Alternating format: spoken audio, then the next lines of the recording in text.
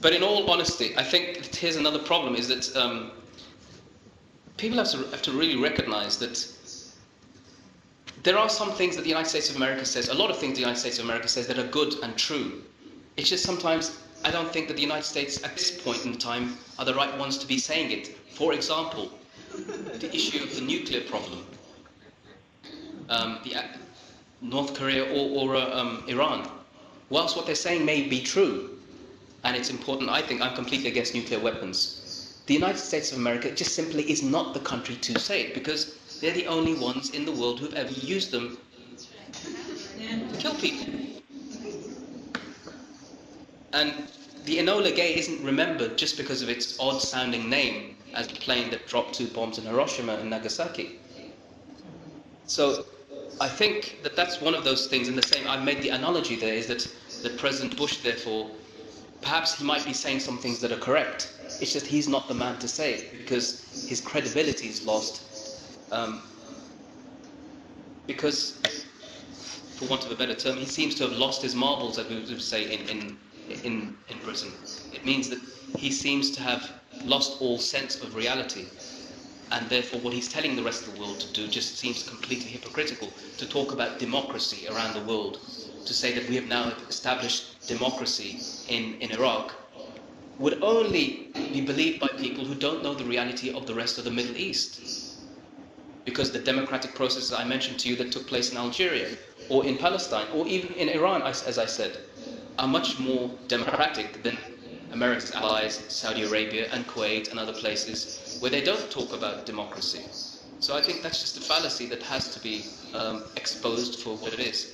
The second part of your question, I really have forgotten. I guess my second part of my question was to ask for, because everyone's asking you for an action plan, like, let's go team together.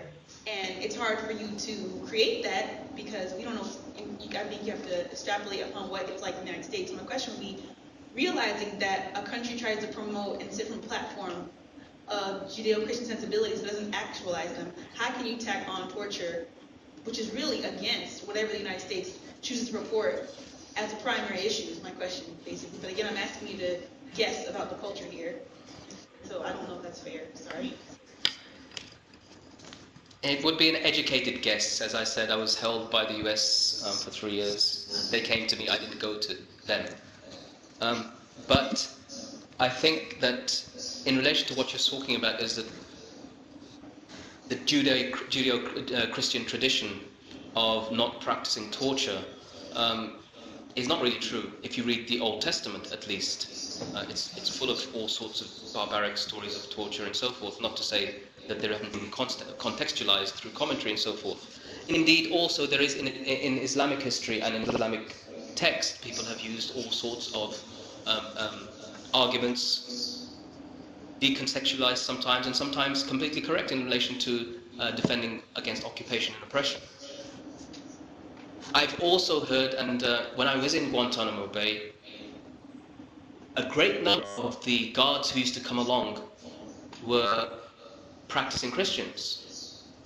Many of them from the south, but not exclusively so, as many people from DC also were practicing Christians, Southern Baptists, evangelists, and people of no particular denomination. Some of them used to come into my, literally in the cell area where I was, and open up the Bible and sit and read from it. And some of them justified violence from statements within the New Testament, which is said to be less violent or accepting of torture or these types of methods. But I totally agree. My concept of the Christian tradition, from what I understand, is that torture cannot be justified. But just as during the Spanish Inquisition, the bastions of Christianity at that point employed torture as a tool. In the Spanish Inquisition, they also employed torture as a tool. Indeed, the Crusades were launched in the name of Jesus, the most peaceful man on earth. So I suppose the argument would be that you can justify anything whenever you want to. And that goes across the board in Judaism, Christianity, and Islam.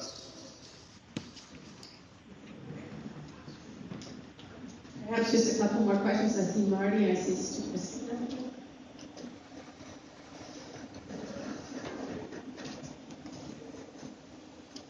Hello and thank you. We really appreciate you doing this. I think it means a lot to everyone here. I'm with a group called the Pioneer Valley Coalition Against Secrecy and Torture. And first thing is an announcement. We have petitions against the Military Commissions Act here. You may have heard, we think, a new Congress that may be willing to take a stand against some of the most egregious things that have happened in the Bush administration.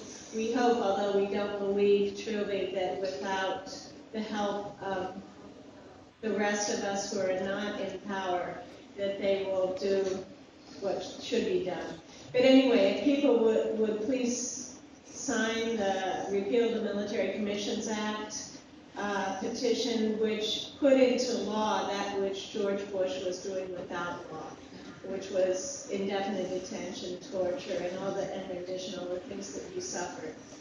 And the second thing is, how is Great Britain? You're a British citizen. What is the sense over there? Do people in Great Britain understand the egregious character of what is being committed in the name of the war on terror?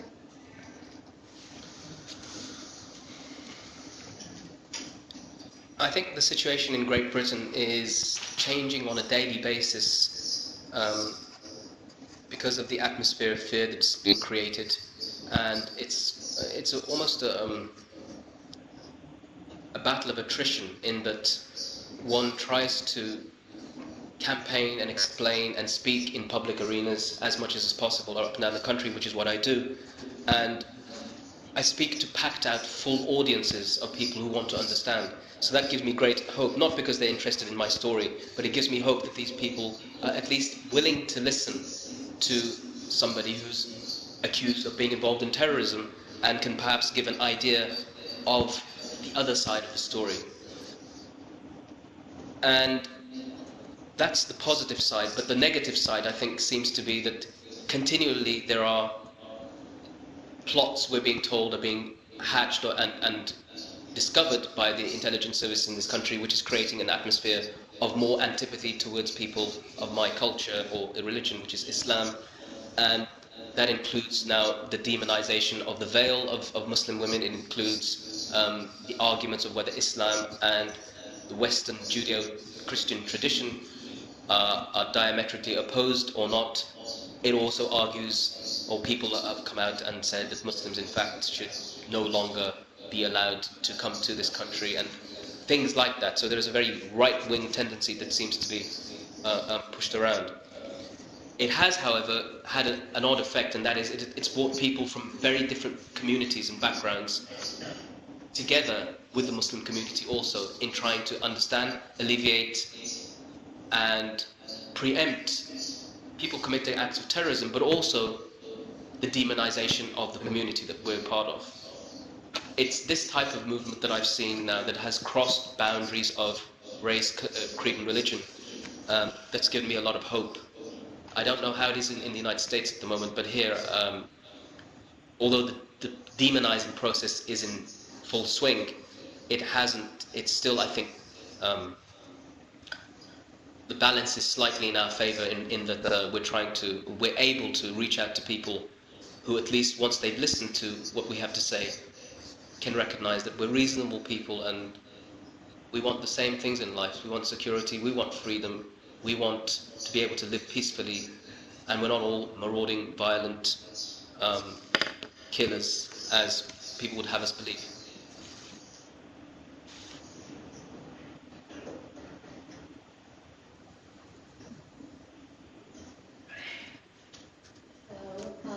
I have a quick plug and one question. I'm with the Smith Amnesty International group, and next week we're organizing a Denounce Torture Week, along with a series of lectures and events.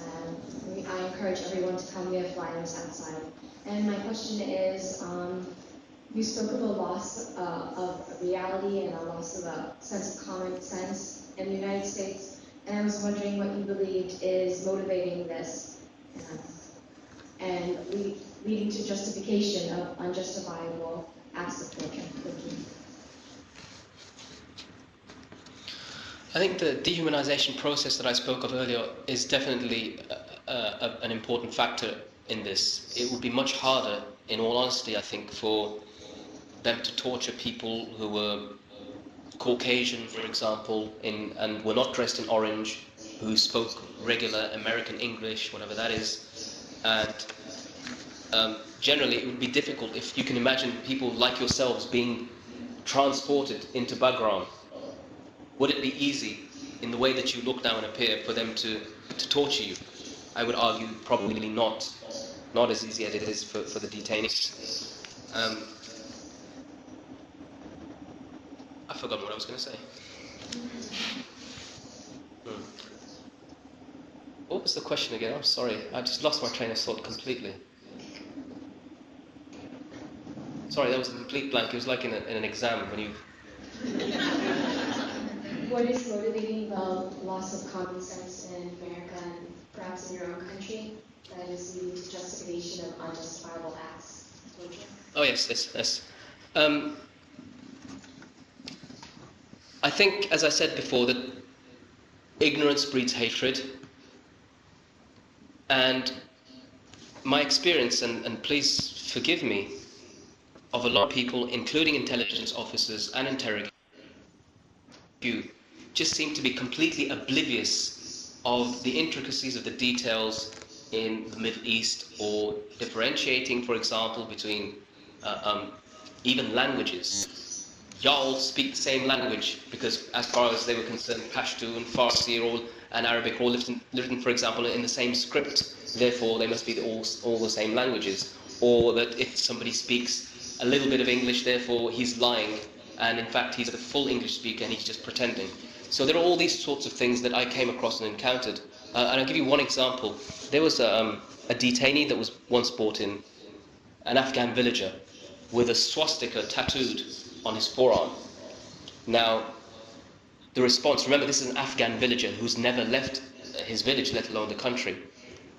The response by a lot of the guards was, "You Nazi scumbag."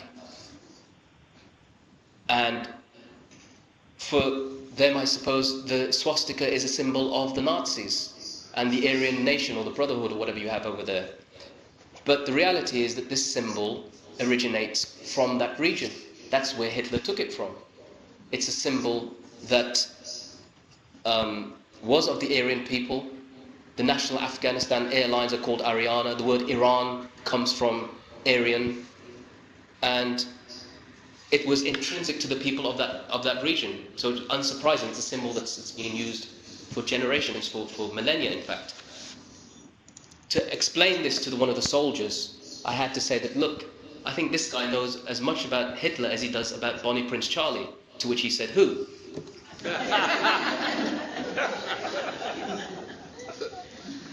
And so I suppose it's like, again, I don't want to be condescending, because I understand a lot of people in America don't really need to know about the rest of the world. It's 5,000 miles from one coast to the other, and you only border two countries, Canada, which is just, I think, another extension of America, and Mexico. So, you can't be expected to know that much about the world, which is fair enough. But then, when you dictate policy that does affect the rest of the world, and you do go to the rest of the world and then try to impose your version or your vision onto the rest of the world in complete ignorance of their history and their language and their politics, their religion, and all of these things, I think this has helped to create a completely polarized view of what American soldiers, occupation soldiers, do. And I think that would be so important. I believe that Americans can contribute a lot to the rest of the world, but it should be through exchange programs and programs in which people can understand and learn about things. One of the hardest things for somebody who's intent on violence is a little bit of knowledge, because then he doesn't know what to do. And I think that works in both ways, but to get that to happen in a time of hatred and war is extremely challenging.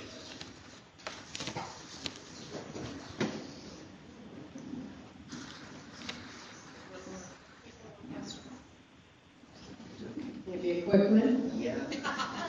One more, Moazzam. I want to add my thanks for your moral courage and willingness to sort of be a citizen of the world in the best sense. What I'd like to ask you, you say you haven't been to our country, and I believe you, but you know us awfully well. As what you just said, I think, shows. How much hope do you have that we in the United States can understand what we've done and right these terrible wrongs that we've allowed to happen in our name?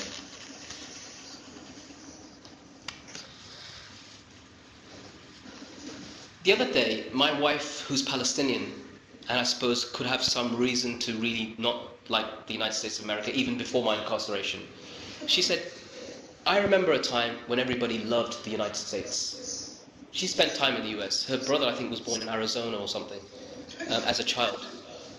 And she said, I remember a time when everybody loved America. And that really struck a chord with me. Because, as you just said, that I know a lot about your country. The reason why I know a lot about your country is because it's our big brother. And I don't mean in the sense of watching us all the time, but literally it's the big brother of the United Kingdom. Although I think it should be the other way around because we were here first. But anyway, that struck a chord, and when she said that everybody loved the United States of America because of what they felt about it, because of things we related to. I was able to have discussions, for example, with some of your Alabama, Mississippian guards about the Dukes of Hazzard, because I used to watch it as a child. Or about films and singers and all sorts of things. The cultures intertwine with one another between Britain and the United States of America. And I think that seems to have been lost. People seem to have forgotten all of the times when, there were people definitely who would say that even in those times, even in the 70s and the 80s, there was enough reason to dislike America. But I would contend otherwise. I would say that it wasn't that bad. And that somehow to try to at least return it to that feeling when, as in the words of my wife, everybody loved America because of its ideals, it's because of its principles, because, and even for the ones who now ended up hating America categorically, I don't think they did so up until certain points. For example, the invasion, the first Gulf War. For example, the debacle in Somalia, which I think were all catalysts and factors that have been purposefully avoided when talking about the reasons behind September the 11th. I think that they were very much part of the reasons behind September the 11th. So I think that, I hope and wish that there was a way that we could get back to that point somehow. And a lot of that, again, is a cliched statement, but it has to do with foreign policy.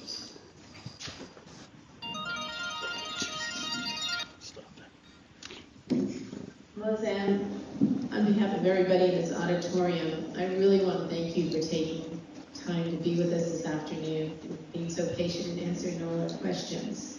And I'd like to thank the audience for being here, and I'd like everybody to give a round of applause for both of us.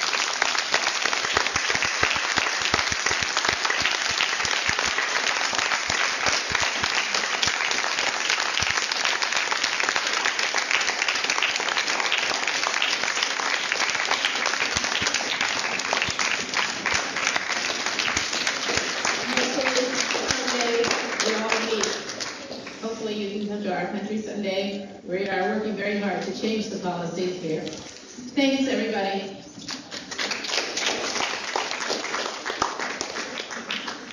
We have books on sale.